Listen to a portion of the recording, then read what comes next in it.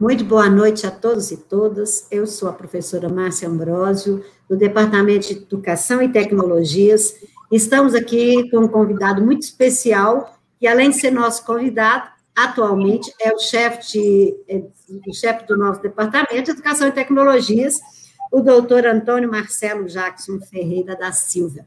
Muito obrigada, professor Antônio, vou te chamar de você aqui, já que nós somos colegas de trabalho, há 11 anos estamos juntos no Departamento de Educação e Tecnologias, e é uma honra poder tê-lo conosco a nossa 8ª webconferência, que já informo que está sendo um sucesso. Nós estamos tendo, até a hora que eu olhei hoje, que era tipo assim, umas 2 horas da tarde, nós já estávamos com 490 inscrições no nosso webinário de educação, e estamos tendo uma frequência na média de 200, 300 visualizações em loco, e depois bastante visualizações, com estudantes de graduação, pós-graduação, da nossa universidade do Brasil inteiro. Então, isso é bastante interessante, o alcance que nós estamos conseguindo com o nosso projeto.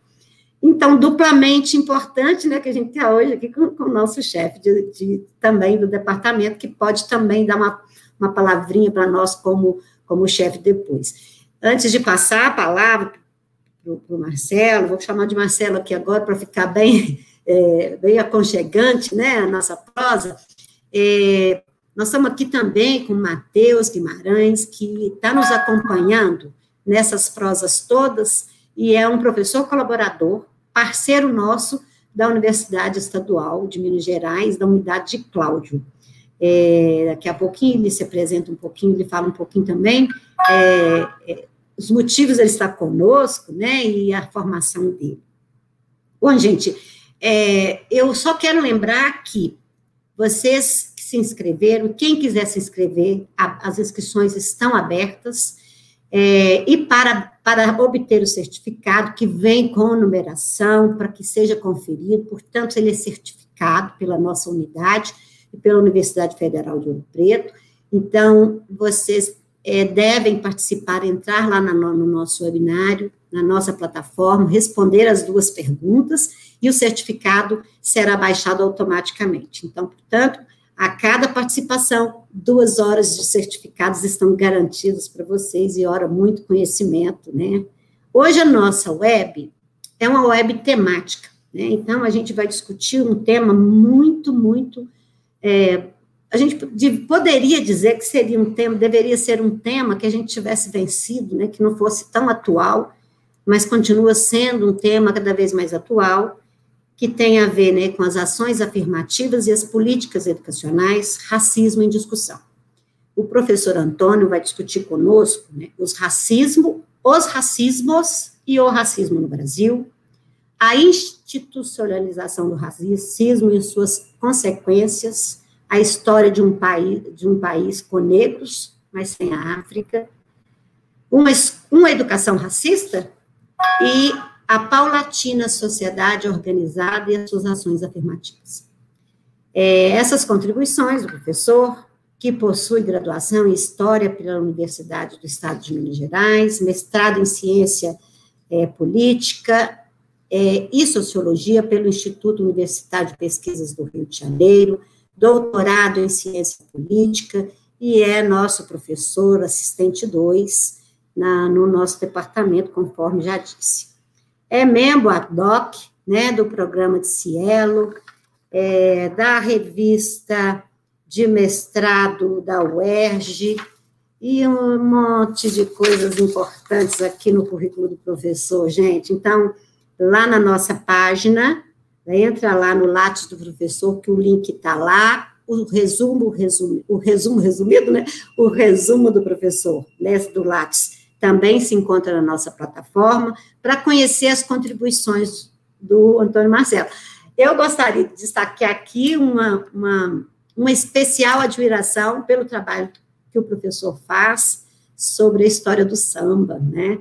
Então, ele tem umas prosas interessantes na Rádio FOP e outras contribuições que é bastante interessante, que vale a pena conferir esse debate que o Antônio Marcelo traz com muita propriedade. A gente agradece por estar aqui conosco e dizer que essa temática, né, nós vamos ver aí os perigos de uma história única, que você vai apresentar aí para nós, eu estou sabendo, eu já tinha recortado isso aqui, e aí eu já deixo de antemão aqui uma outra obra que eu deixei lá na plataforma, que é o Pequeno Manual Antirracista, da Djamila Ribeiro, onde ela nos ajuda a pensar o racismo e como devemos nos posicionar para sermos antirracistas. Então, ela traz toda uma introdução da história dela e nos faz enxergar a negritude, nos recomenda, né, a pensar sobre o racismo internalizado em nós, nos incentiva a apoiar políticas educacionais afirmativas, sugere que a gente transforme nosso ambiente de trabalho, sugere que a gente leia autores negros, né, nos posiciona para que a gente questione a cultura racista que existe em nós e na nossa cultura e que nos consome, né? Sugere que a gente conheça nossos desejos e afetos, instiga que a gente combata a violência racial e termina o livro, o manual, dizendo que a gente precisa assumir posturas antirracistas. Então, com esta introdução, né, eu, antes de passar para o professor, que ele vai falar para nós disso tudo e muito mais, né, mas é uma prosa inicial, mas muito importante. Eu gostaria que o Matheus também se colocasse aqui hoje nessa live, que ele vai nos acompanhar e vai nos ajudar a organizar o debate. Portanto, durante a nossa prosa, vocês escrevam as perguntas aí para nós, né, Matheus? Vamos lá? Eu já estou pensando aqui as minhas perguntas, professor Antônio Marcelo, que é um tema... é um tema para mim muito caro. Eu tenho a grata satisfação de poder dizer que eu sou filho da casa, me graduei na UFOP, a minha formação inicial foi em Direito, e desde lá eu já me preocupo e problematizo as ações afirmativas. Tive a oportunidade de fazer meu mestrado também na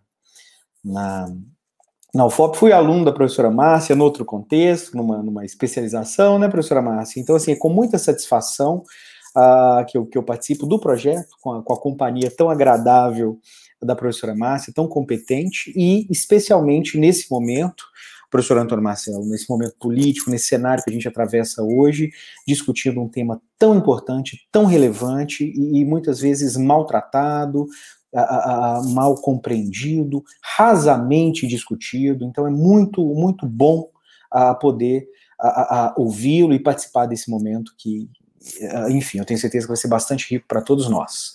Vou seguir acompanhando aqui as manifestações dos colegas e depois da sua fala a gente parte para um debate aí.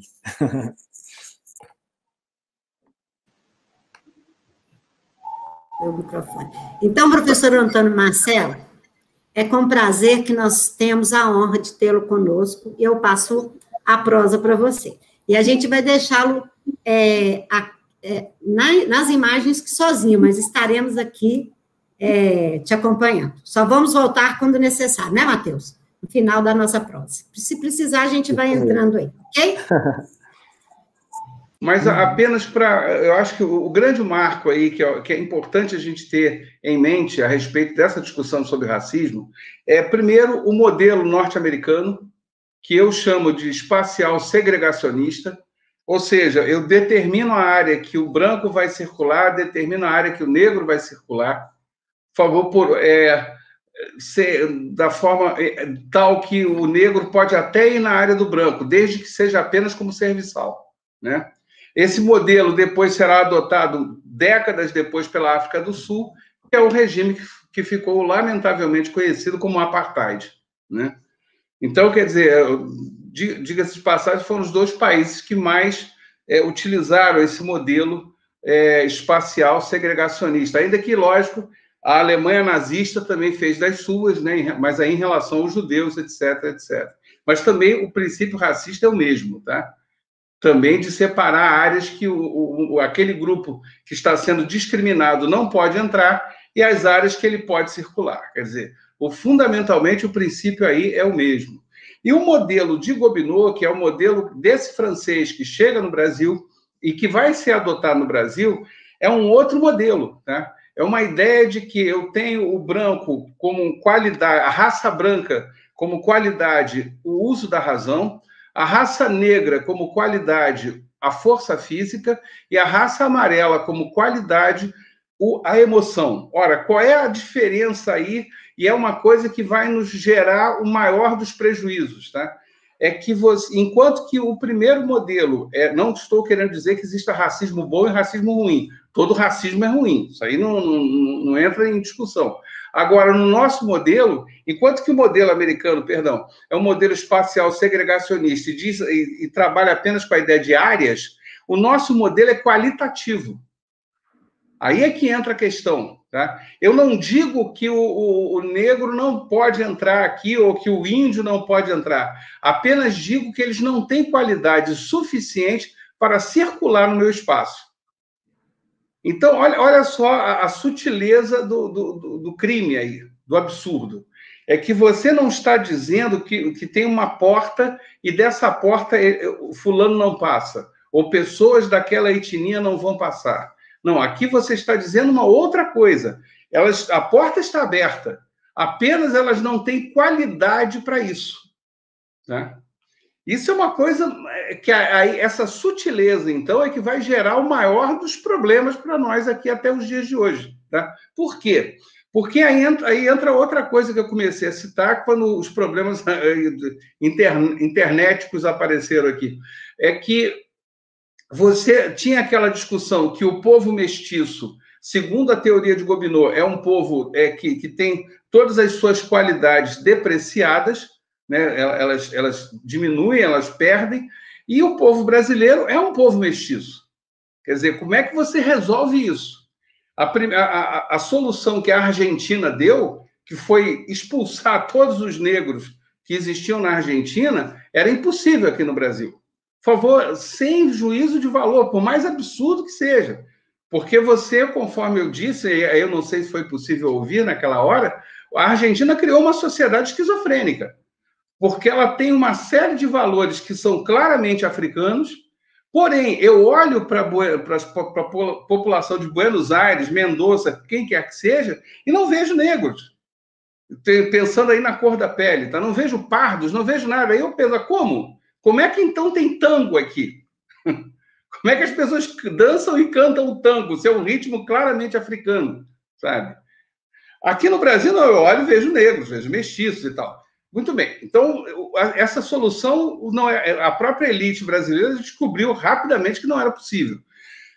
Então, como é que você vai criar esse modelo, vai adotar esse modelo de qualificação aqui? Tá? Só se você adotar esse modelo no discurso. E na parte que envolvesse, de algum modo, o aprendizado dessa população. De que maneira? Tá? Eu vou poder dizer, e vou chamar a atenção da questão indígena ou da questão do negro? Não necessariamente. Ainda que nas primeiras décadas do século XX, uma série de estudos estivessem sendo feitos nesse sentido. Preconceituosos ou não, tinha Arthur Ramos. Você tem, ou no caso dos negros, ou você tem o próprio Cândido Rondon, no caso indígena, tá? Além, só para citar dois exemplos. Mas a grande questão é que, nesse caso, apesar deles estudarem isso, eles não havia interesse de colocar esses elementos para o grande sistema. Ou seja, se eu chamasse a atenção da cultura negra, se eu chamasse a atenção da cultura indígena, só apenas para citar, eu acabaria gerando um problema que era exatamente tudo aquilo que eu não queria, que era falar daquelas culturas que eu, racista, entendia que eram culturas menores, culturas inferiores. Ora, o que esse cara, esse eu, que eu estou dizendo que não é o Antônio Marcelo, evidentemente, está pela madrugada, né? Eu tenho muito orgulho das minhas origens todas, e principalmente as negras. Agora, a grande questão é como esse cara racista ele vai pensar, tá? Eu tenho que fazer, então, de uma maneira tal que eu exclua essas sociedades daquele mundo que eu quero criar. E aí acaba acontecendo que a educação, sem dúvida alguma, virou um prato cheio e o ambiente propício para isso. Primeiro, a disciplina História. Ora, é aquilo que vários autores chamam de história única, né? E que é uma história que é estranhíssima, né? Que você vai estudar a história do Brasil, e a história do Brasil começa onde? Em Portugal.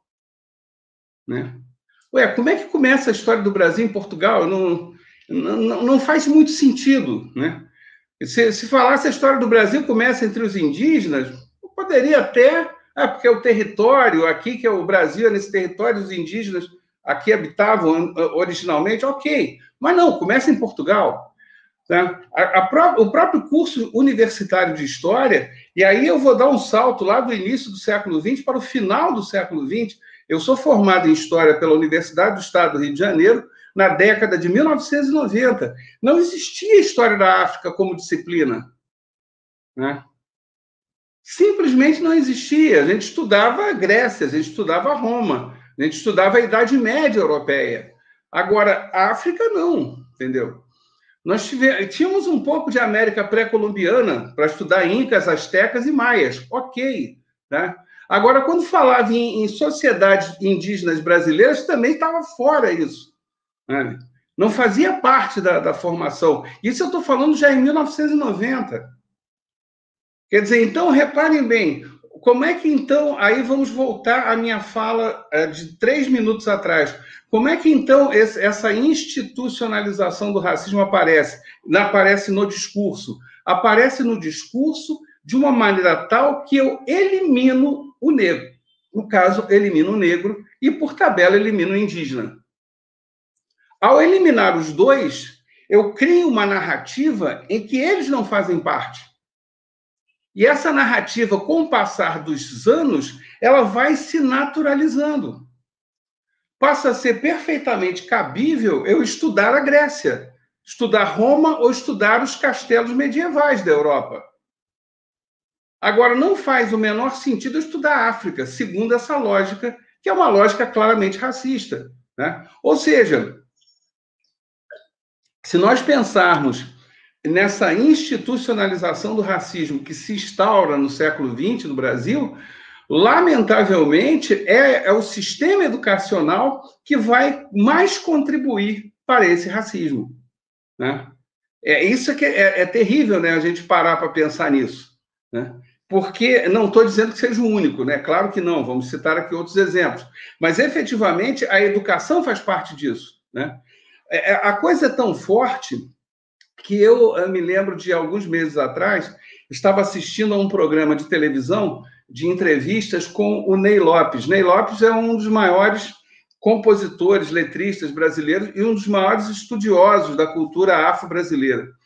E o Ney, ele escreveu um livro, seria As 100 Personalidades Negras do Século XX, alguma coisa assim. E muitas pessoas criticaram porque ele incluiu o Pelé no livro, né? E aí, a resposta do Ney Lopes... Primeiro, por que a crítica à inclusão do Pelé?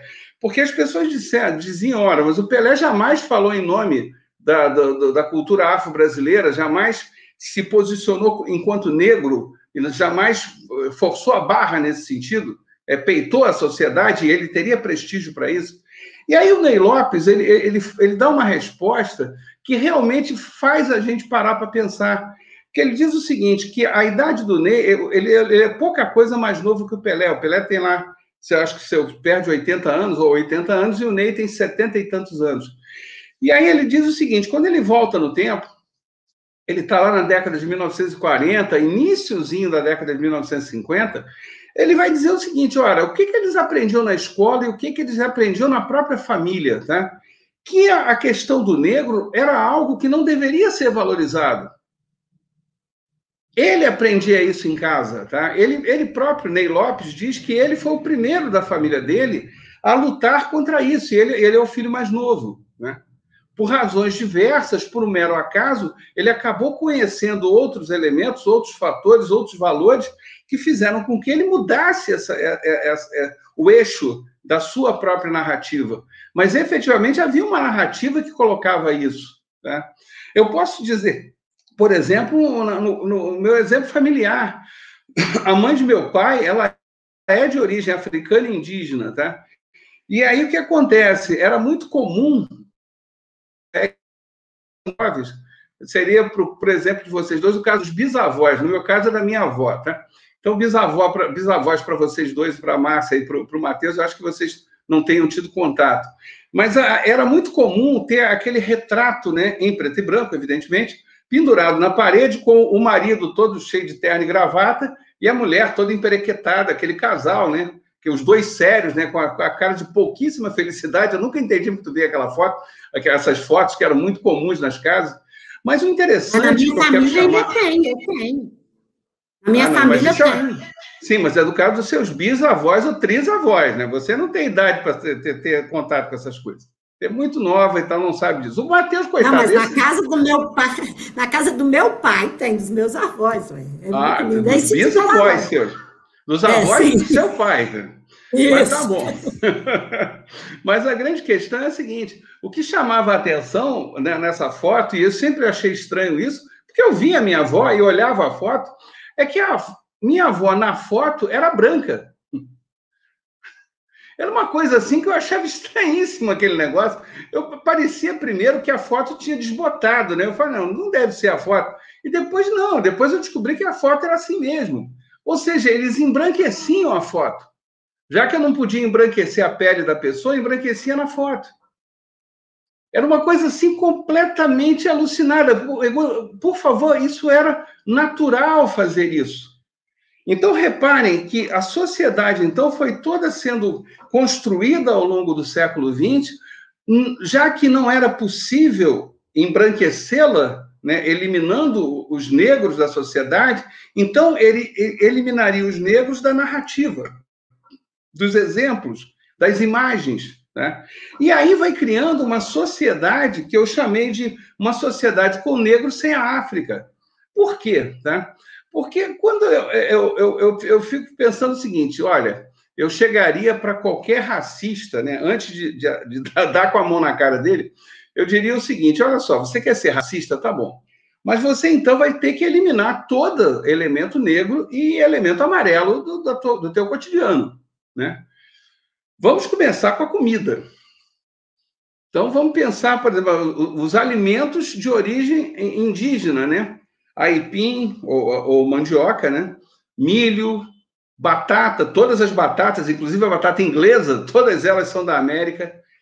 O feijão preto é da América, abacaxi é da América, tomate é da América. Então, tá bom, você elimina tudo, certo? Você não quer índio, elimina tudo isso, né? Da África, você vai eliminar o quiabo, o maxixe, o inhame, o cará, vai eliminar as pimentas, arroz que vem da Ásia e parou na África também, vai ter que eliminar o coco, vamos eliminar, não, se você quer ser racista, seja racista, porra, elimina tudo. Aí vai sobrar o quê? Tá? Vai sobrar o queijo, aí desculpe os mineiros de plantão, mas o queijo esse é 100% europeu, tá? Carne de boi, carne de porco, e acabou, sabe? A pera e maçã, né? Aí a uva também, que é do Mediterrâneo e tal. Não vai sobrar muita coisa. Quer dizer, isso em primeiro, se formos levar a questão da comida, tá? A música, então, esquece. Vamos eliminar toda a música brasileira, né? Essa, então, é 100% negra. Né? Vamos eliminar, enfim, vamos começar a cortar tudo. Agora, o que não dá é você ter todos os elementos africanos e indígenas o tempo todo no cotidiano e na narrativa eles não existirem. Por isso é que eu digo que é uma sociedade que também ficamos, de uma maneira talvez até pior que os argentinos, numa sociedade também esquizofrênica. Por quê? Porque, de novo, as nossas narrativas oficiais não incluem os negros e os indígenas, tá?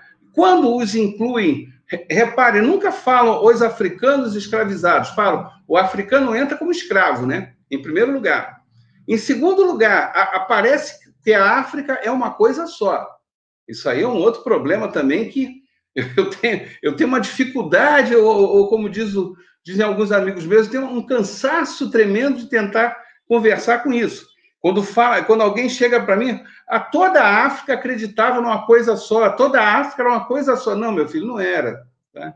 Tinha um monte de sociedades, os valores são outros, religiões diferentes, sabe? Tudo era diferente. Tá? Não é assim que a banda toca. Tá? Então, o mesmo, aliás, valendo para os indígenas, né? Tupi é uma coisa, Macro-G é outra, Aruac é outra, Caribe é outra.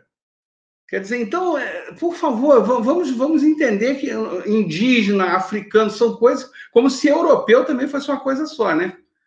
Então o português é igual ao polonês, deve ser, porque segundo essa lógica vai ter que servir para todo mundo.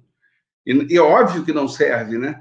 Então, ora, esse modelo, essa sociedade esquizofrênica, então, acaba criando 1 milhão de problemas, né? Para ela própria. Repetindo pela última vez, porque ela tem um discurso que é racista, esse discurso racista aparece na educação, diminuiu substancialmente na propaganda, e para minha felicidade, hoje em dia vale a pena assistir as propagandas na televisão, tá? Porque pelo menos há uma diversidade racial que eu nunca vi, para minha alegria, tá? Mas se mantém em várias outras coisas, como, por exemplo, a questão quando eu olho para a questão salarial, quando eu olho para a questão dos melhores empregos, tá? Então, eu vejo claramente, aí aquela velha máxima, já que o pessoal gosta tanto de militar, né? Quantos generais negros tem nesse país? Quantos almirantes negros tem? Quantos brigadeiros negros tem nesse país? Sabe? Por favor, as figurinhas, né? E professor Antônio Marcelo, as figurinhas dos Facebooks da vida, ou que seja do WhatsApp, com o cara negro desdentado, né? Sempre claro. Mostrando aquela imagem inferior. Nossa, achei que é maco. Sempre é assim, sempre é, entendeu? Não, e outra coisa, tem umas coisas, Márcia, que é engraçado. Quando eu quando era pequeno, eu não entendia nada. Depois a gente vai crescendo e aí é que vai se dando conta, né? Eu me lembro de andar com a minha mãe, eu sou o filho mais velho, né? Então, aí ela entrava numa loja para comprar meia calça e era meia cor da pele. Nunca esqueci disso, né? Eu achava estranhíssimo, porque falava meia cor da pele, eu pensava assim, mas a moça sabe a cor da pele da minha mãe para dar a meia? Eu falei, que negócio esquisito e tal. E, na verdade, meia cor da pele era meia branca, tá?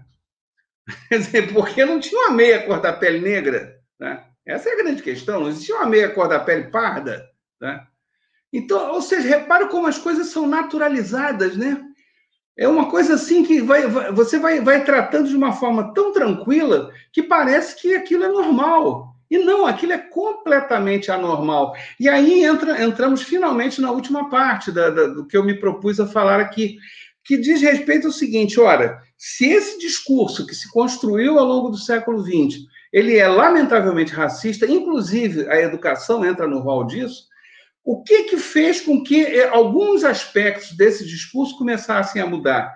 Exatamente as chamadas ações afirmativas, né?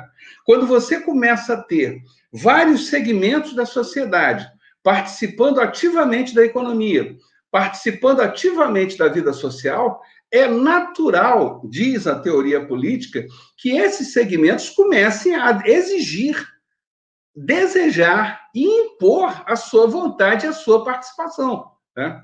É aquilo que na teoria política a gente chama de minoria, tá? Minoria, por favor, gente, não é a quantidade de pessoas numa sociedade. Minoria é a quantidade de pessoas de um determinado segmento junto ao poder político, dentro do poder econômico. Então, exemplo, tá? As mulheres, a sociedade brasileira, a sua maior parte é composta por mulheres. Ponto.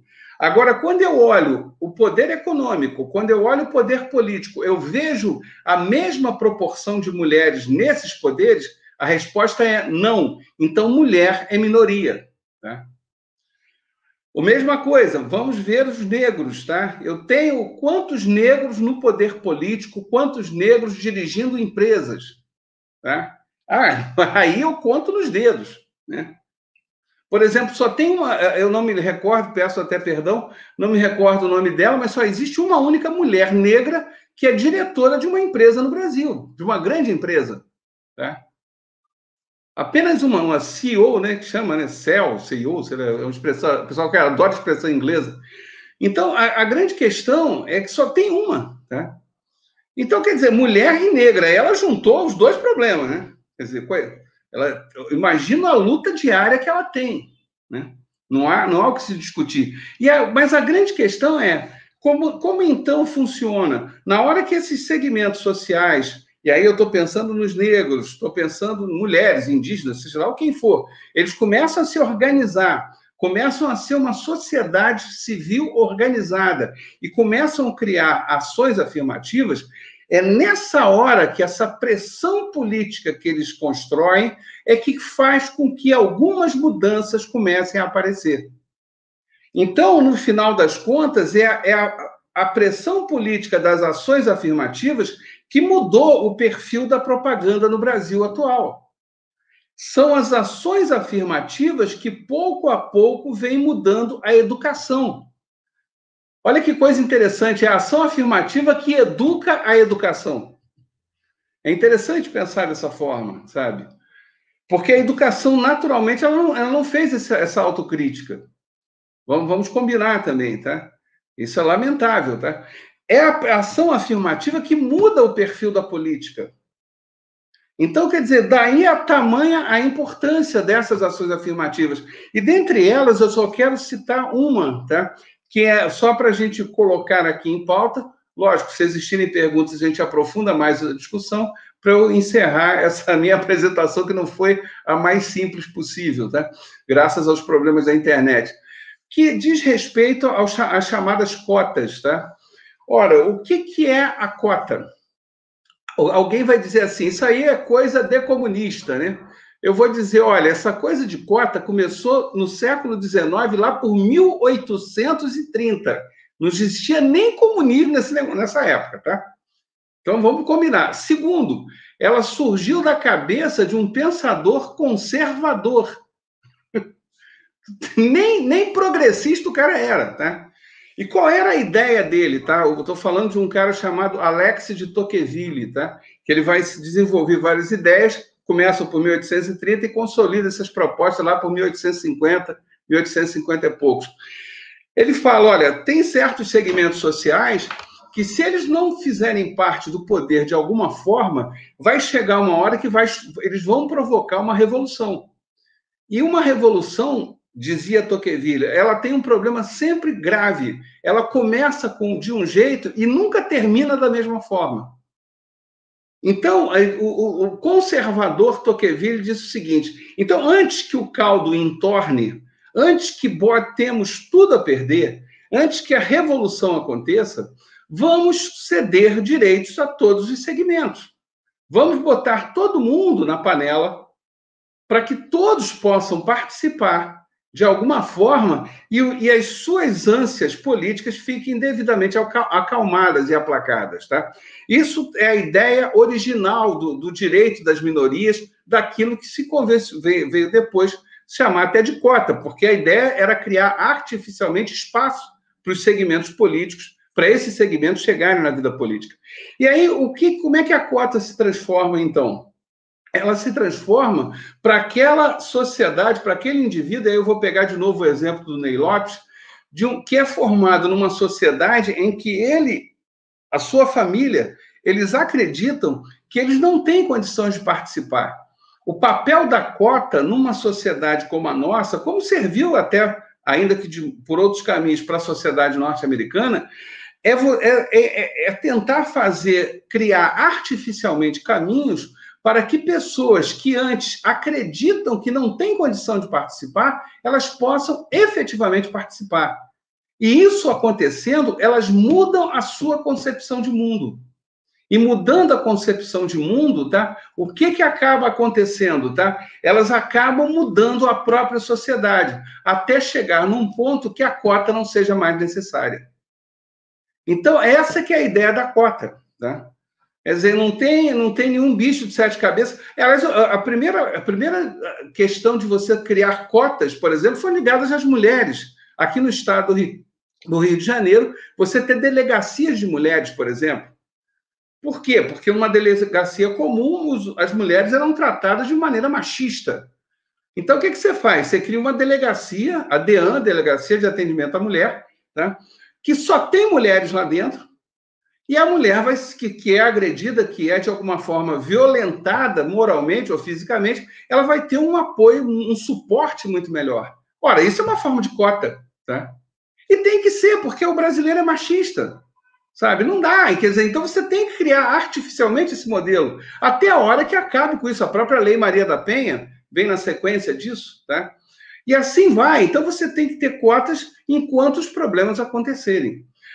Então, encerrando a minha fala e agradecendo mais uma vez o convite da Márcia, a paciência da Márcia e do Matheus e de todos vocês aqui, com esses problemas que a internet me causou hoje, vamos colocar da seguinte maneira, então, voltando ao ponto principal, que é o racismo, para eu encerrar a minha fala, tá? Temos um problema, então, que foi criado artificialmente por uma elite tacanha, há mais de 100 anos, a elite que veio depois, que se reproduziu a partir disso, realimentou esse discurso monstruoso, lamentavelmente naturalizou esse discurso e fez com que muitas pessoas acreditassem. Mas eu afirmo para vocês, esse discurso, ele é falso, e se ele é falso, ele pode ser destruído, tá? Até porque um velho barbudo, que não sou eu, tá? E muito mais famoso e muito mais inteligente que eu, disse, lá no século XIX, tudo que é sólido desmancha no ar, tá? Porque tudo que pode ser pego, pode ser manuseado, pode ser destruído, tá? E um discurso, então, que nem sólido esse a gente pode combater e devemos combater. Mais uma vez, muito obrigado e desculpe todos os problemas que aconteceram. Obrigado. A gente agradece ao professor Antônio Marcelo.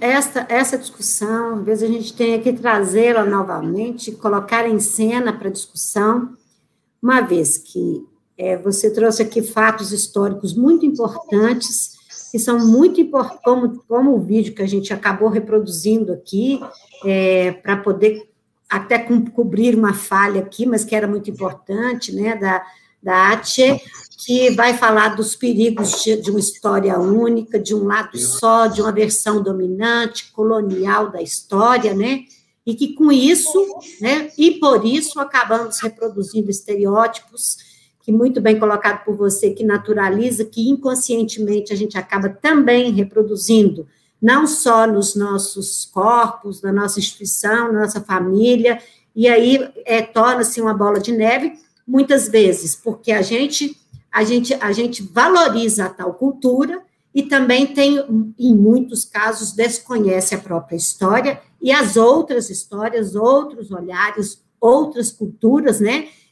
que deveriam ser colocadas, que é isso que a Atche coloca, que ela, um determinado momento, quando ela lia apenas um livro de história, que era a história, né, europeia, a história dos Estados Unidos, ela desconsiderava a história dela, né, a história da Nigéria, a história dela, da África como um todo, e ela não conhecia essa história. Então, ela passa a ver os dois lados, dialogar com isso, verificar e valorizar a história da sua gente, do local. Então, eu acho que essa discussão é muito importante. Aqui nós temos alguns debates que o Matheus vai ajudar a trazer aqui, mas eu acho que para a escola isso é muito importante, porque como você revela que a questão das ações afirmativas são muito importantes, mas tem várias outras ações de inclusão que foram feitas, por exemplo, nos portadores de deficiência e todos as outras possibilidades que nós fomos criando, né, ao longo da década de 90 para poder incluir, que agora está sendo retirado, professor.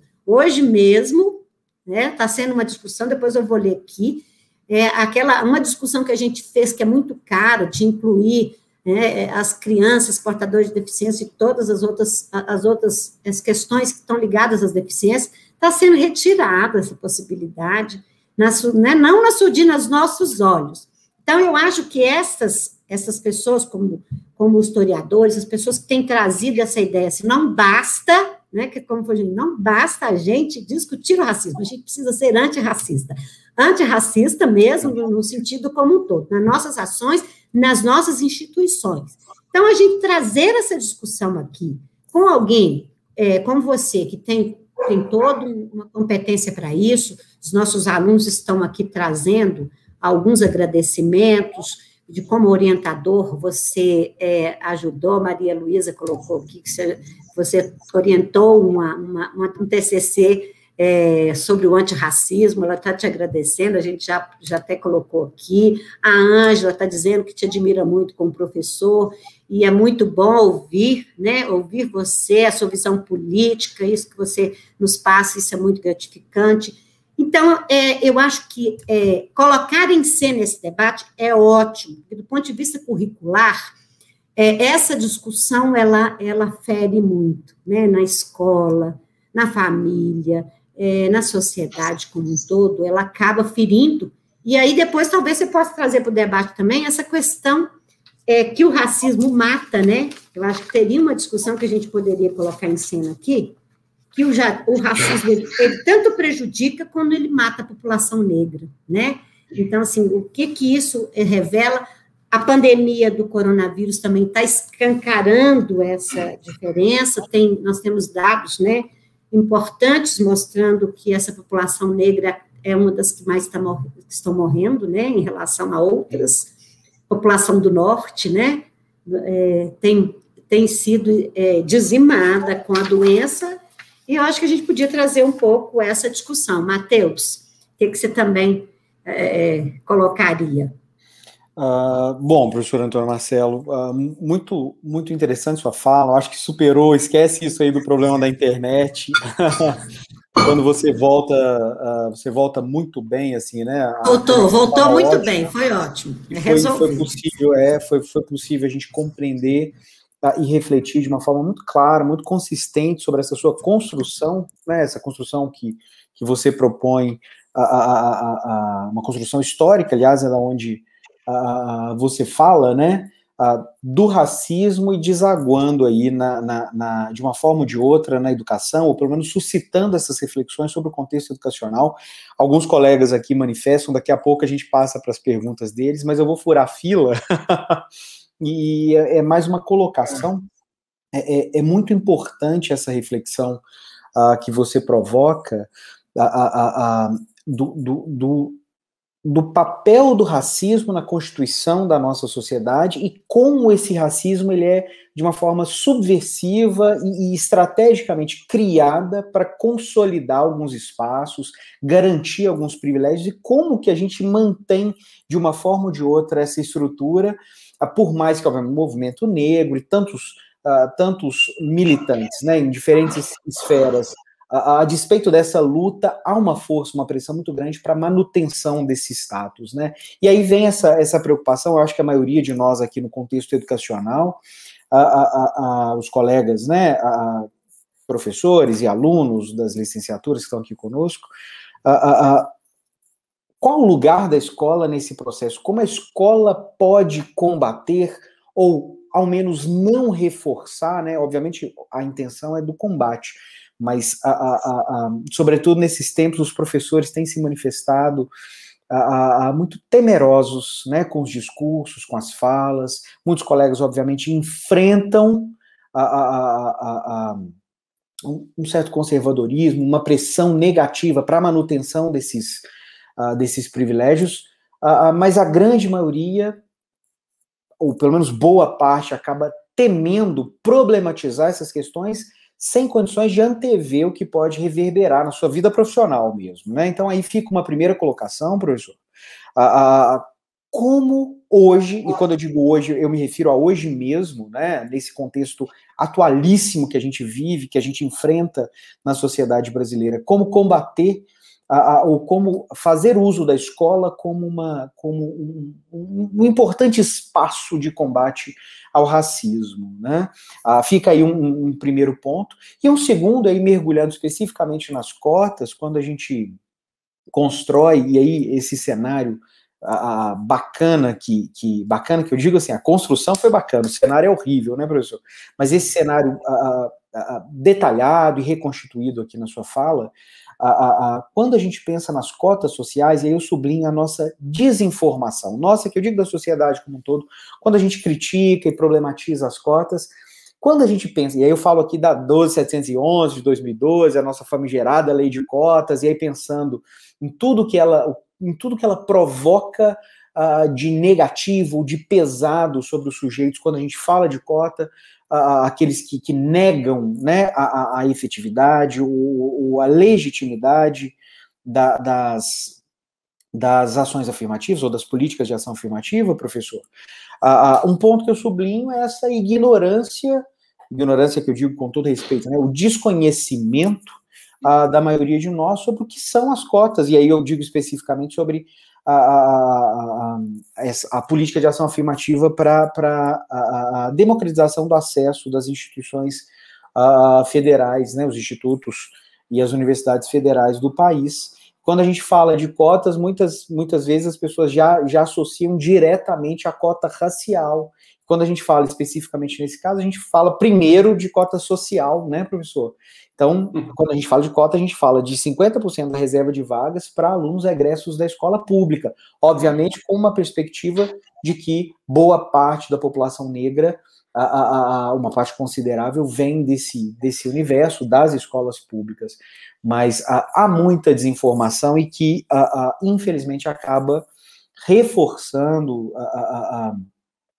discursos que fragilizam essa perspectiva tão importante, que você muito bem sublinha, das ações afirmativas como um remédio para uma correção enfim, tanto do ponto de vista da redistribuição quanto do reconhecimento desses sujeitos que são silenciados, que têm voz, mas cujas vozes são omitidas, como você muito bem diz, para um espaço social, para que a gente veja esses sujeitos noutros espaços, por hora, não tão ocupados por eles. Você ainda cita ali o exemplo dos militares, eu achei muito inteligente a sua colocação, uma crítica muito, muito inteligente. É importante que esses sujeitos ocupem esses espaços para que aí sim eles passem a ser reconhecidos e enfim, visibilizados, né, professor? Então, uma primeira pergunta essa da Scholium e uma segunda consideração, quase que um desabafo. Vou parar por aqui, professor, porque senão a gente vai falar aqui umas 2 horas sobre esse assunto. Como eu disse, é um assunto muito caro para mim e muito relevante, sobretudo nesses tempos.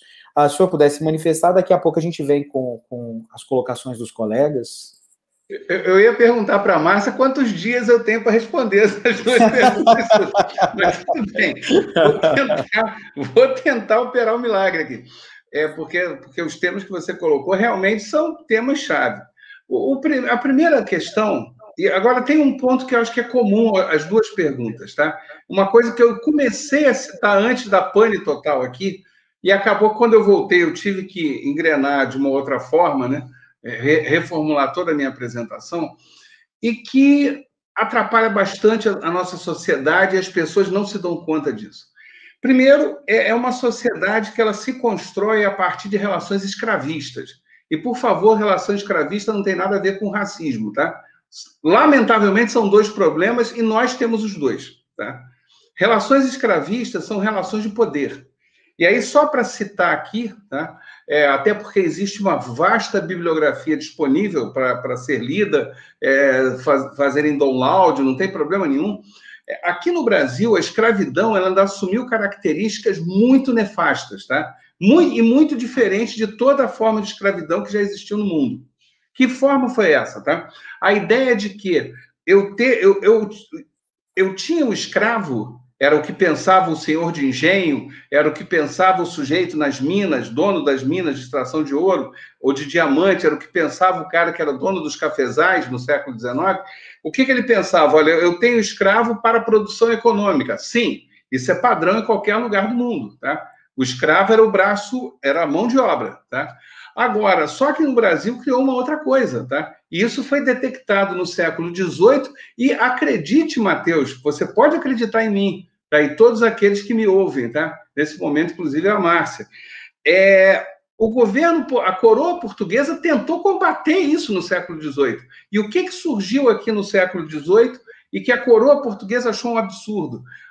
A sociedade brasileira começou a ter o escravo não apenas como mão de obra para a produção econômica, mas também como forma de status social. Tá? Ou seja, como é que o sujeito ele se apresentava para as pessoas e dizia: olha como é que eu sou poderoso, pela quantidade de escravos que ele tinha. Ah, mas escravos para extrair ouro ou catar diamante? Não, não, escravos domésticos. Preferencialmente aquele escravo que não faz absolutamente nada. Ou seja, eu sou tão endinheirado, eu sou tão poderoso, que eu posso ter escravos que não são utilizados na produção econômica. Ora, esse tipo de sociedade, por favor, a coroa portuguesa achou isso um absurdo, e várias cartas régias tentaram combater isso aqui no Brasil. Acredite, tá? Acreditem nisso. Né? Só que, infelizmente, não conseguiram. Isso inculcou na sociedade brasileira e criou uma sociedade que não consegue conceber a ideia de igualdade. Ela só concebe a ideia de hierarquia. Alguém manda, alguém obedece. Tá? Bom, isso aí, por exemplo, é o que vai ajudar bastante a explicar como é que você tem, nesse momento, a 14ª economia do mundo, de 200 países que existem no mundo, e a 5ª pior distribuição de renda do planeta. Ora, isso é uma coisa... Quem olha assim fala, isso não faz o menor sentido. Como é que um país que tem mais dinheiro que vários outros países aí do mundo não consegue distribuir a renda? Eu digo, é simples, porque essa sociedade não entende a ideia de distribuição de renda e de igualdade. Tá? E se ela não entende a ideia de igualdade, é lógico, aí veio o racismo mais à frente. O que diz o racismo? Aí o racismo eu qualifico. Eu digo que alguém é mais importante, alguém é menos importante. Olha como é que essas duas coisas vão se somar. Primeiro, uma ideia de hierarquia, alguém manda, alguém obedece. Alguém tem mais, alguém tem menos. E a outra, alguém pode mais, alguém pode menos.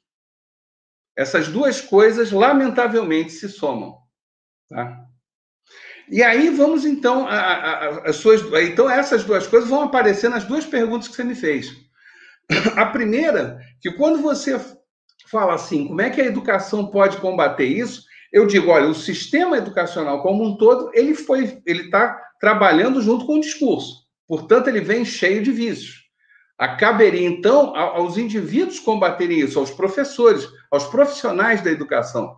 E por isso a tua fala é absolutamente sincera. Quando você pega pessoas da educação que tentam combater as desigualdades, que tentam combater os problemas, elas são acusadas de uma série de coisas. Por quê? Porque você está lidando com uma sociedade que não consegue aceitar a ideia de igualdade. Sabe? Quando eu falo sociedade, é óbvio que existem as exceções à regra, tá? Claro que sim. Senão, sinceramente, eu não estaria nem aqui nesse país, tá? Agora, mas infelizmente é um percentual bem grande, essa turma que não aceita isso.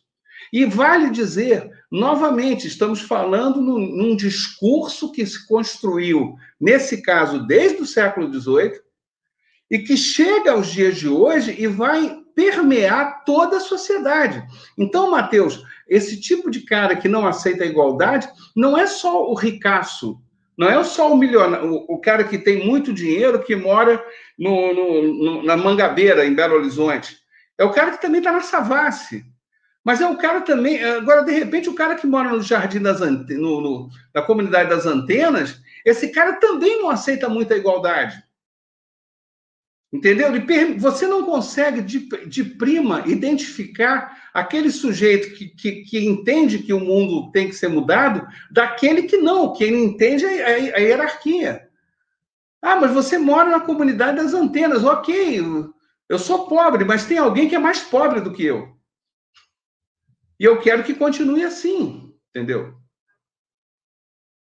Esse é o problema. Aí você fala, como é que se resolve isso, tá? Ora, eu não vou mentir para você, é uma luta muito árdua, tá? É uma luta que é acompanhada de ameaças, sim, tá? infelizmente já aconteceu com a Márcia como professora muito recentemente, algo grotesco, algo completamente monstruoso e covarde, tá? Mas como eu tive chance de falar com ela em particular e depois publicamente, eu sofro isso desde os meus 17 anos que eu brigo com isso. E anos depois, quando virei professor, continuei brigando e sofro cotidianamente isso, tá? Até porque os alunos, boa parte dos alunos também não entende esse negócio. Tá? Essa que é a grande questão. Não é nem a família que não está entendendo, é o aluno que não está entendendo esse negócio. Certas exigências que você faz para gerar no aluno uma consciência crítica, para ele rebater tudo isso. Aí, quando você faz essa exigência, nossa, o cara pula, entendeu? Ou quando você coloca esse aluno no olho do furacão e diz, olha, eu estou falando de uma sociedade que você faz parte dela, e, portanto, você também pode ter problemas relativos a isso. O cara não aceita. Então, a educação aí, o maior desafio da educação, na primeira pergunta que você me fez, é fazer com que, em primeiro lugar, o aluno e a aluna, né, para não ser machista aqui em demasia, tá?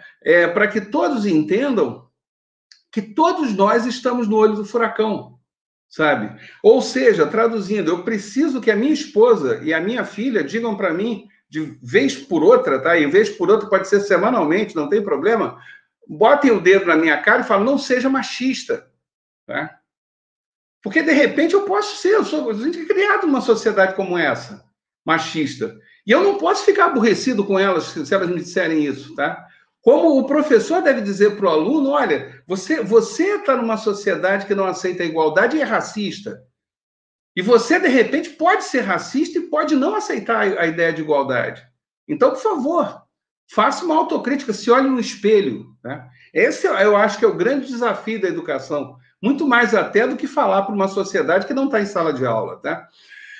E aí, vamos para a segunda questão que você me coloca, que agora fugiu. Desculpa. Foi um comentário sobre a questão das cotas, né? Como sim, das cotas, tá. Exato, o discurso acaba maquiando... Repare que o tempo... Perfeito, obrigado. Repare que o tempo todo, seja isso que eu acabei de dizer, de uma sociedade que é escravista, seja da sociedade que não aceita a igualdade ou não aceita a questão que dizer que o racismo é uma coisa absurda. Aliás, o nosso racismo, é uma coisa que eu não citei, quando ele coloca essa coisa qualitativa, o brasileiro é tão hipócrita que ele é capaz até... Ele sempre diz, né? Como eu sou racista, eu até tenho amigos negros, né? Como eu sou racista, se eu fui no show do Milton Nascimento e do Martim da Vila, aí eu falo, tá bom, então você entrando num banco, o gerente é negro, tudo bem para você? Ou se o seu, como é o meu caso, meu cardiologista é negro, eu acho o máximo isso. Agora, e você? O que acharia de ser tratado por um cardiologista que é negro? O que você acha da ideia? Tá? Aí que você vê onde se o cara é racista ou não. Então, esse tipo de sociedade, tá? Toda ela é construída a partir dos discursos, tá? Então, de novo, a explicação que eu fiz sobre as cotas é que o papel da cota, tá? Seja ela... E você falou uma coisa interessante, toda vez que a gente fala em cota, a primeira coisa que vem na cabeça é a cota racial, né? O que prova que as pessoas são racistas, né? Isso aí é entregar o ouro fácil, né? Você fala em cota, porque, meu filho, eu estou falando de cota para mulher. Não estou falando em raça aqui. Quer dizer, outra coisa. Então, o que acontece? A grande discussão aí, o ponto que eu chamo a atenção o tempo todo, é que todos esses valores, Matheus, Márcia e todos aqueles que me assistem nesse momento, são valores que se construíram a partir de discursos, tá? A partir de narrativas. Então, uma ação como a cota, por exemplo, o que ela faz é gerar uma outra forma de narrar a sua história. Então, ou seja, vamos traduzir isso desde o passo a passo. Eu sou negro, eu sou suburbano, tá? Portanto, eu já acredito que eu não vou conseguir as coisas. Aliás, vou dar um exemplo, tá? Foi dito dolorosamente pelo meu pai. Nós somos de uma família de subúrbio do Rio de Janeiro, e aí eu sempre vi meu pai gostando muito da parte de biologia, sei lá o quê, de ciência, até o dia que eu falei com ele, mas você nunca pensou em tentar vestibular para medicina, sei lá, qualquer coisa do gênero? Aí ele disse, mas eu nunca ia conseguir. Tá? Ou seja, ele nem sequer tentou, ele já acreditava que ele não conseguiria. Tá? Então, é aí que eu estou, é o ponto que eu falo, que eu tento explicar e como a cota funciona. É para uma pessoa como essa, que não acredita, tá? Que tenha, ou melhor, a única crença que ela tem é que ela não vai conseguir, tá? O que a cota faz? Ela chega, olha, eu tenho esse espaço aqui, tá? E esse espaço é para a pessoa, não é para o Matheus, ou para a Márcia, ou para o Antônio Marcelo. Não, é para pessoas que saem da escola pública, por exemplo. Foi o exemplo, Matheus, que você deu, tá? Pode ser qualquer um que saia de escola pública e qualquer escola pública, tá? Não estou aqui distinguindo nada, tá? Ora, o que eu estou dizendo com isso? Eu estou dizendo o seguinte, olha, para você que está saindo da escola pública e que acreditava que não ia passar para o UFOP, para o FMG, para o UENG, ou para qualquer grande universidade pública, tá? Eu digo, olha, eu criei essa cota aqui, eu criei esse espaço que é para você só para pessoas como você. Essa pessoa, ela olha aquilo ali e fala, eu acho que nesse caso eu tenho chance. Por favor, tudo isso eu estou inculcando na cabeça dela essa possibilidade. Aí ela vai e passa, efetivamente. Tá? E ao passar, ela faz o curso e está provadíssimo que todo mundo de cota acaba se desenvolvendo igualzinho a qualquer aluno, com todas as qualidades, com todos os defeitos, não tem problema nenhum. Você não consegue distinguir quem é quem. Essa que é a grande verdade, tá? Nesses 20 anos que eu sou professor universitário, 12 anos como professor da Federal de Ouro Preto, eu nunca vi diferença nenhuma, tá? Então, eu estudei em universidade pública, então, exatamente no início da questão das cotas. E aí, o que acontece, então? Você fazendo com que essa pessoa faça o curso universitário, no exemplo da cota da universidade, quando ela se forma, ela retorna para a sua família, ela retorna para o seu bairro, já como uma outra pessoa. E a própria situação dela já é uma demonstração. Olha, é possível. O monstro não é tão feio assim. Ah, mas você passou e não era muito difícil lá para estudar? Não, não. É a mesma coisa como em qualquer lugar. Entendeu? E aí, com o tempo, o discurso vai mudando. Porque o tempo todo, novamente, é o discurso. Tá? A pior coisa, Matheus, que existe na face da Terra para os seres humanos é esse troço chamado discurso. Né? Não é a realidade, né? Não é a parte palpável, é o discurso. Né? Então, se eu fosse... É que o tempo aqui, o nosso é curto, mas se eu fosse... Eu tenho alguns estudos sobre isso, tem coisas assim que você fala, não é possível. A realidade estava indo para um lado, mas o discurso vai para o outro. E acaba carregando as pessoas. Então, a cota construindo funciona. Realidades, né, professor? Exato. A realidade que seria uma coisa é destruída e uma outra realidade é construída a partir de um discurso que é completamente abstrato e tacanha, e mesquinho. Sabe? Então, isso no nosso caso, começou como? Com um discurso de que para ter poder, eu tinha que ter muitos escravos.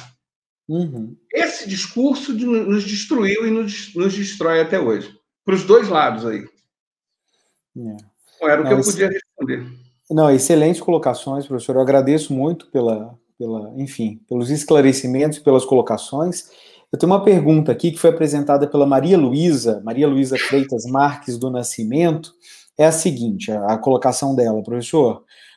O mito da democracia racial ainda incide no ambiente escolar e é muito difícil trabalhar fora do Novembro Negro o debate e transversalizar o antirracismo dentro da sala de aula. Como fazer acontecer as diretrizes para as relações étnico-raciais? Quer dizer, para além do novembro, né? Eu compreendo aqui pela pergunta da Maria Luísa.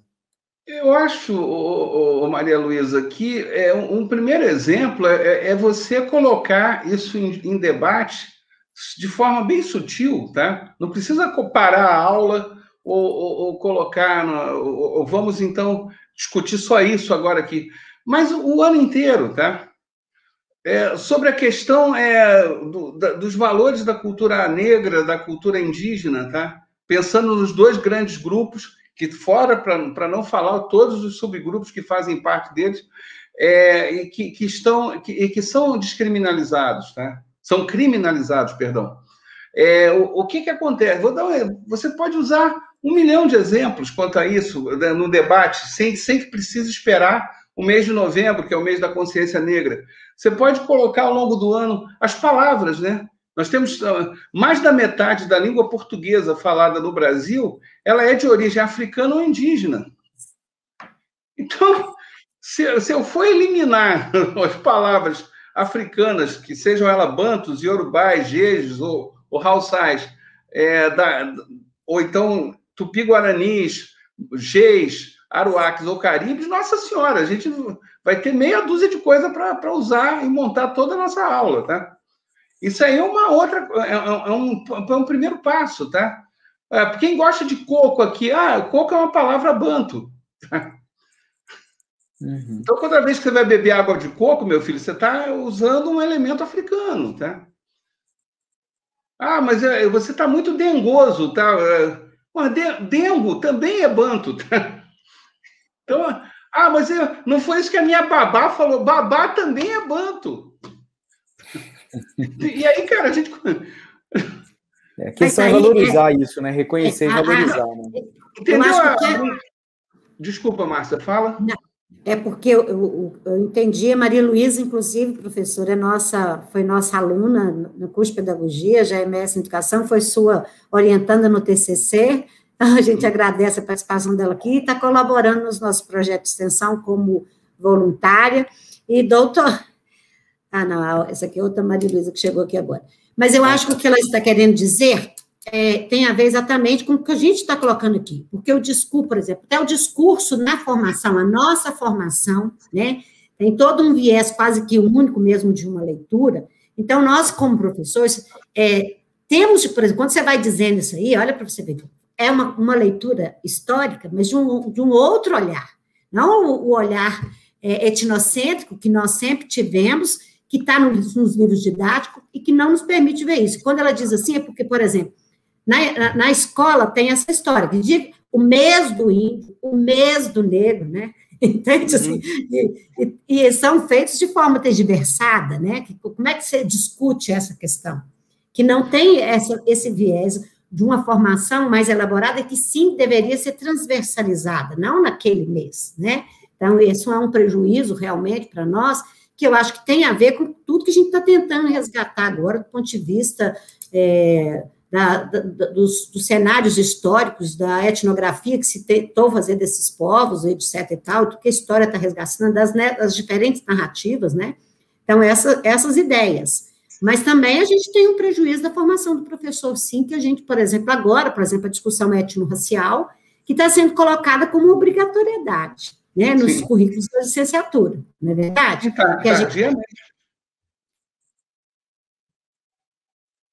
Desculpa, Márcia, eu acabei cortando você, perdão. Não, pode, é em cima disso, se você puder comentar. Sim, mas aí que tá, eu mantenho a minha fala, agora só que deixa eu tentar melhorar a minha explicação, tá? Que eu acho que realmente eu não fui muito evidente no que eu estava falando. O que eu quis dizer é o seguinte, você tem, então, esse modelo completamente engessado que você tem que passar para os alunos, tá? Agora, vamos combinar, tá? Eu tenho que passar isso para os alunos, não preciso entrar em tantos detalhes assim em todos os momentos, tá? Então, eu posso aproveitar certas situações, tá, para colocar em discussão essas outras coisas, a partir da própria realidade das pessoas, tá? Olha, vou dar um exemplo bem simples, tá?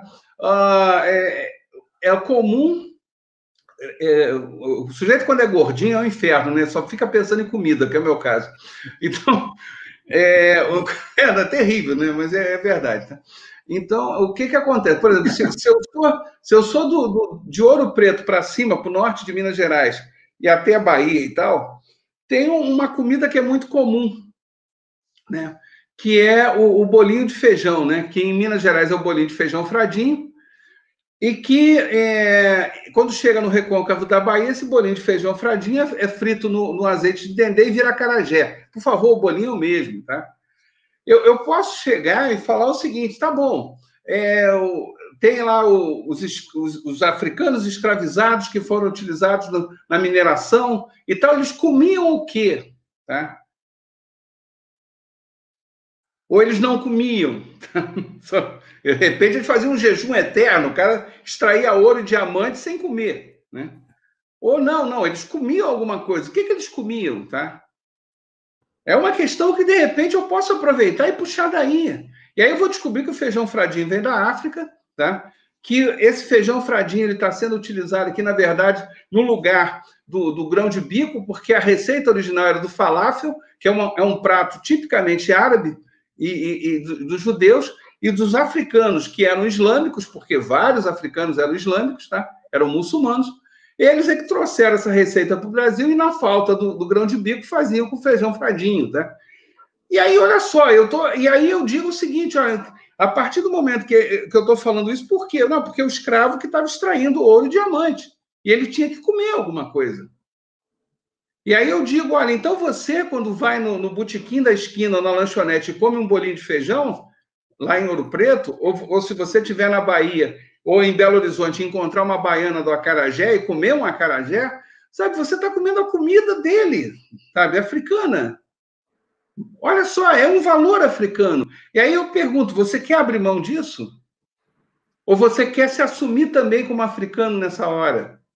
Porque, afinal de contas, nós somos o que comemos. É o que dizem os geógrafos, né? Entendeu, Maria Luísa, Márcia? É nisso que eu quero dizer. Eu posso aproveitar dos ganchos, né? Eu citou tal coisa, eu posso puxar. Eu citei a comida, que é o mais fácil que tem, mas poderia ser a música, as palavras, né? É fácil, pela internet mesmo, pelo Google, eu consigo descobrir palavras, dicionários banto, dicionário iorubá, vários dicionários, entendeu, de línguas africanas ou mesmo indígenas, e descobrir as palavras que são, na verdade, palavras... Aí o outro diz, mas eu não... indígena, tá bom, africano eu até tolero, mas indígena nem pensar. Então você não vai a Itabirito, não vai a Itabira, não vai a Itamonte, não vai a Itaiandu. Todos esses nomes são indígenas, tá? Então você vai eliminar essas cidades também. Vai trocar de nome todo mundo. Não, porque... Então a brincadeira é essa, entendeu? Que povo é esse? O Ita é pedra, tá? Então, como é que... Se Ita é pedra, o que significa o birito aí, pelo Itabirito, tá? Itamarandiba. O que significa? Que pedras são essas? É uma brincadeira que dá para fazer, por exemplo, falando de língua portuguesa.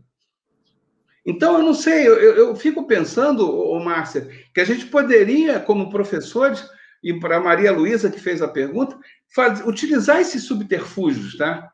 Uma brincadeira, uma coisa de leve, assim. A gente vai mudando o discurso. Não, essa é uma discussão que, por exemplo, na parte da didática e na parte da valorização dos saberes locais, que é muito que nós vamos fazer a discussão com o próximo debate, né, com o professor Fernando Hernandes e a Ruana Sancho, que é a valorização dos saberes locais, trabalhar com projeto de trabalho, com projetos de fenômenos, é isso que daria a possibilidade da gente fazer a transversalidade, e não trazer apenas o discurso de uma história única, de um modelo único, apenas do discurso didático, mas sim poder dar autoria, né, para o professor com autoria, dando autoria para os estudantes, mas isso realmente é digamos assim, que a gente teria que fazer pular um lance muito grande, né, porque isso... Não é fácil. Não, porque eu queria fazer um comentário, que teve um tempo no nosso curso de pedagogia, eu comecei a fazer um projeto de trabalho final com os alunos, que era assim, por que minha rua tem esse nome? O projeto era esse, todo mundo tinha que descobrir uma rua lá nos polos deles, nas cidades, e descobrir por que a rua tinha aquele nome. Sabe por quê, Antônio Marcelo? Olha, já virou um projeto de trabalho no curso de pedagogia. Porque eu chegava nos polos, perguntava às pessoas que andavam na rua, falava, onde ficava a rua tal? A pessoa moradora da rua andava pela rua, não sabia onde era a rua tal. Isso aí era uma coisa, quer dizer, uma questão, assim, digamos que é da geografia local. Mas ainda não saber o nome da rua e por que ela tem esse nome, né? Então, assim, juntaria várias coisas, né? Imagina que em Belo Horizonte, tanto de rua com o nome de coronel, né, de torturador tem, né? E também de tribos indígenas, temos muitas, né? Então, tem muitas. E no Brasil, a gente tem também picos, nomes, tudo com nomes, com tribos, né? E, de fato, você traz essa ideia, que é o que eu lancei com esse projeto, exatamente assim. Por que a gente não se pergunta daquilo que está tão próximo da gente, a gente não sabe responder por quê? O nome. Márcia, você precisa parar de ter as minhas ideias antes de mim, tá? Isso aí, olha que o Matheus parece que é formado em Direito, depois orienta ela, isso aí cabe no processo. Isso aí é um plágio antecipado, tá? Tudo bem. Mas é isso. Tô brincando. Mas é isso. Então, gerou pano para manga, né? Porque o povo tinha que sair para discutir, aí foi discutir um monte de coisas. Mas é isso, porque o que a gente discute, por exemplo, nas nossas disciplinas é exatamente isso. Como fazer essa articulação, porque não é matar nem o que a gente tem de história socialmente construída e que é valorizado ou a mais valorizada, mas sim construir novos olhares, né? Assim, como fazer um olhar crítico, mas para isso, obviamente, como você também faz sempre essa crítica, a gente precisa ler muito, a gente precisa pesquisar muito, a gente precisa futucar, porque é óbvio, no livro didático nós temos um olhar, e esse olhar, de fato, até hoje, ele traz algumas coisas, mas algumas coisas muito pontuais, do que poderia trazer um olhar mais inclusivo, mais dinâmico, mais diferenciado, né, com um olhar das minorias, né, bem explicado o que é minoria, porque tem uma galera aí, né, Antônio Marcelo, com uma discussão de minoria que está colocada agora, que a gente chega a arrepiar, né, mas é muito interessante. Eu acho que a gente podia dar uma lida aqui, Matheus, você podia, aqui, ó, a partir dos comentários aqui, para a gente ir fechando. O que vocês acham? Olha, aqui, ó, a partir da Maria Luísa, a gente tem aqui os comentários da Tatiana, professor, da questão que você falou do lápis de cor da pele, que ela ouviu muito isso na escola, né? De uma outra aqui, não sei se é nome, é o nome de um Licino Ux, não sei se é assim, quando ela era pequena, ela era chamada de cabrita, né? Aí o Timóteo falando também que na faculdade ele enfrentou isso. Vamos ver o que mais aqui. Aqui a Ângela falando que te admira muito, muito bom te ouvir, muito gratificante. A Adriele também disse também que é interessante. Aí a Adriele vem com uma política da prevenção, Fabiana também é nossa aluna aí terminando o curso, nós somos com vários alunos, a gente agradece, Luciana também terminando o curso, né, os direitos políticos propostos por Tocqueville para as minorias de forma de cota, seria a ideia de ceder a uma parcela limitada de poder, apenas com o intuito de acalmar os ânimos, se quiser voltar nisso aí, sim, e aí vai... Desculpa, quem falou isso? Desculpa, Márcia. É a Luciana, é nossa aluna, Luciana Santos. Luciana, olha só, você entendeu perfeitamente, na origem era isso mesmo, tá?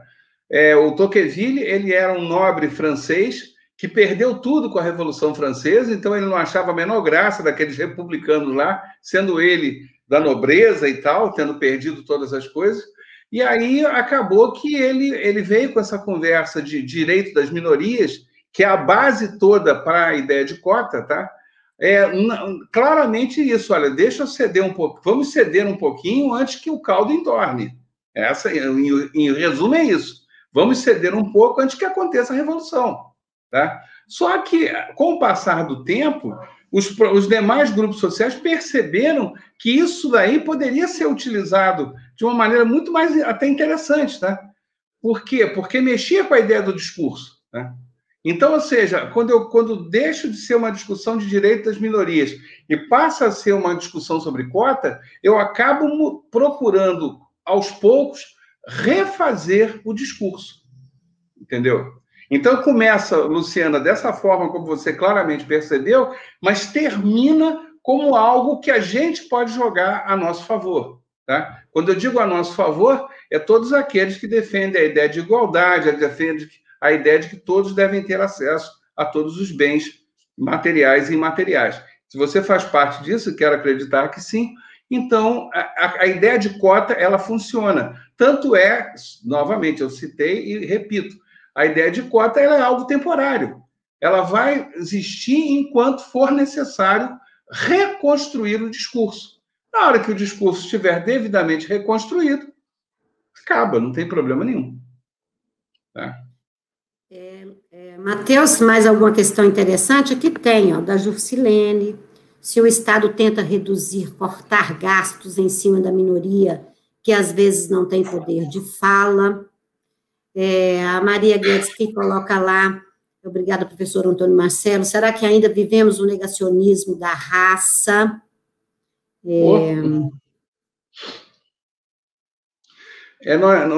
Olha só, Jurcilane, né? A questão do poder público reduzir, isso aí é um problema sério, que é o seguinte, infelizmente, no Brasil, nós ainda não consolidamos a ideia de políticas públicas, políticas de Estado. O que a gente acaba tendo, na maior parte das vezes, são políticas de governo. Então, quem está no poder age como se o poder fosse dele e da forma como bem entender. Quando as coisas são bem pensadas, que bom! Então, todo mundo funciona e o planeta Terra é feliz. Agora, quando acontece, como vem lamentavelmente ocorrendo nos últimos tempos, aí, de fato, nós temos um problema bastante grave.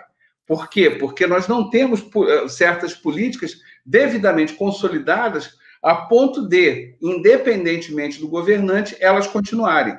Aí que está o problema. Uma política pública é aquela que ela existe independentemente de quem esteja no poder. Tá? Por exemplo, isso é uma primeira característica, é uma coisa do Estado. O Estado pode fazer isso, independentemente do governante. Mas, infelizmente, temos problemas. Gente, nós vamos ter que encerrar nosso debate, porque nós já estamos aqui, nós já estamos com... Nós extrapolamos o nosso horário hoje muito, em função, né, das nossas questões. É importante, né, Márcia? Com certeza. Hoje nós já estamos bacana, mas foi ótimo. A gente podia fazer o seguinte, Matheus, você puxa uma liga para concluir, eu passo para o professor Antônio Marcelo e encerro a fala, pode ser? Claro. Vou e aí, gente, a gente está vendo aqui as várias contribuições, eu vou recortar, colocar para o professor conhecer, mas, em suma, tudo que está colocado aqui no chat, professor, a gente já abordou, portanto, assim, eu acho necessário que a gente volte a discutir aqui no momento. Teria outras pautas, óbvio, mas a gente, para não ficar muito longo o vídeo, a gente precisa finalizar, conforme nossa projeção, certo? Já Mateus. Fica previsto uma próxima live aí, então, para seguir com o debate. Eu vou concluir agradecendo o professor Antônio Marcelo, eu agradeço muito pela oportunidade do debate, o seu discurso ele é muito provocador, né, e enseja muitas reflexões. Eu agradeço pela oportunidade, espero que a gente possa, a partir das reflexões levantadas aqui, cada um de nós, como docentes, como estudantes, como cidadãos, que a gente possa rever um pouco das nossas práticas e, na medida, da mesma forma que na sua próxima encarnação você quer ter uma ideia como essa da Márcia, que no transcorrer dessa e das próximas experiências que a gente tiver, que a gente possa evoluir, né, no nosso dia a dia e lutar de forma ativa contra o racismo e defendendo ideias que se aproximem, que caminhem para uma construção de igualdade. Eu agradeço muito a você, Antônio Marcelo, a professora Márcia, mais uma vez, pelo carinho e pela parceria, e aos colegas que participaram aqui conosco. Devolvo, então, a palavra ao professor Antônio Marcelo, né, professora Márcia, para aqui. E depois eu finalizo. Vamos lá. Eu finalizo citando rapidamente, de cabeça, o final de um livro do filósofo francês Jean-Jacques Rousseau. O livro é Discurso sobre a Origem da Desigualdade entre os Homens. E o Rousseau, o final da última página do livro, ele diz mais ou menos o seguinte: prezado leitor, passei aqui ao longo de todas essas páginas precedentes, tentando explicar as diversas formas da desigualdade, diferenciando a desigualdade que seria aquela natural, que é física, alguns são mais altos, outros são mais baixos, alguém é mais magro, outro é mais gordo, das desigualdades que são geradas pela sociedade. E no final, qual é a conclusão que podemos chegar? Que as desigualdades geradas pela sociedade são aquelas que devemos efetivamente combater, porque, afinal, é contra toda a lei da natureza que uma criança mande num velho, que um imbecil conduza um homem sábio e que um punhado de pessoas nade no supérfluo enquanto a multidão esfomeada falta o necessário. E assim ele encerra o livro. Muito chique. Gente, grande Rousseau, maravilhoso. Eu só tenho a dizer que o Rousseau tem uma contribuição muito grande, né, do ponto de vista sociológico e do ponto de vista da pedagogia. Né, no livro do Emílio da Educação, foi um marco para mim, do ponto de vista que eu li no doutorado, fazendo metodologias com o professor, como é que é o nome dele? Vou lembrar aqui agora. Eu li na disciplina dele, né, e foi, assim, um marco para mim, para a minha formação. Todos têm que ler, até conversei com meus alunos sobre isso.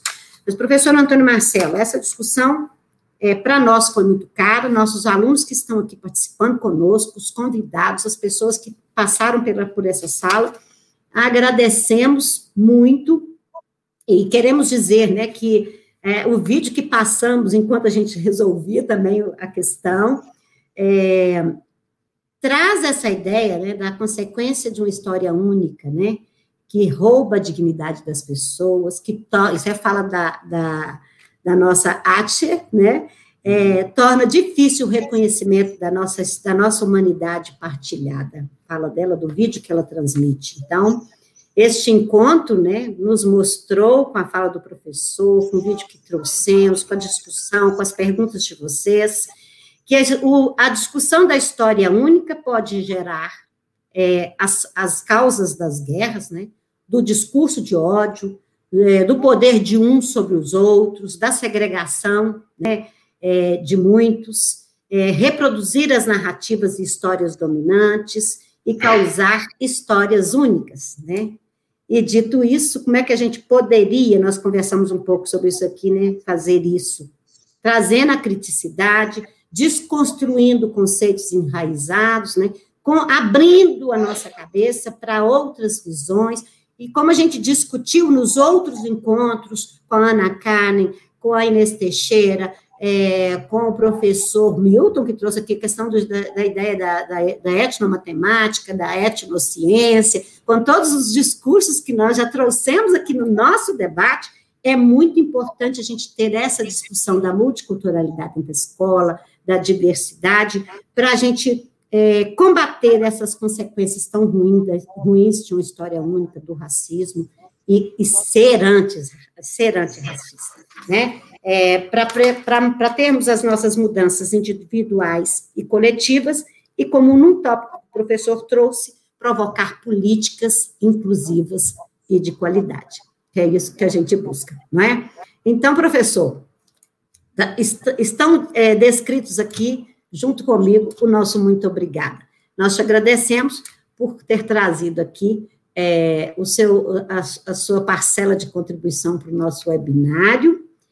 A discussão continua lá na nossa plataforma, já tem as perguntinhas de hoje. Assim que terminarem, vocês já recebem o certificado, poderão ver novamente de forma assíncrona depois, e convidem outras pessoas para o nosso debate, que assim como o professor, agora ele já vai pensar né, professor? Mas é nosso, o seminário é nosso. Então, gente, assim nós terminamos. Professor, de novo, muito obrigada, Gilberto, obrigada, Matheus, que foi top das galáxias, assim que eu gosto de dizer, foi top das galáxias, né? E a gente é assim, nós precisamos ser galáxicos, né? Para trazer uma escola, a diversidade, pairando, respeitando as pessoas, considerando que é tudo isso que a gente precisa. Se é um sonho, que continuemos sonhando. E se vão nos ameaçar, né, professor Antônio Marcelo? Que ameaçam direito, né? É porque o que fizeram até hoje não tem a menor graça, mas enfim. Pelo menos aprendam a fazer, né? Que ameaçam direito. Então, beijos. Gente, muito obrigada. Boa noite, pessoal. Obrigado.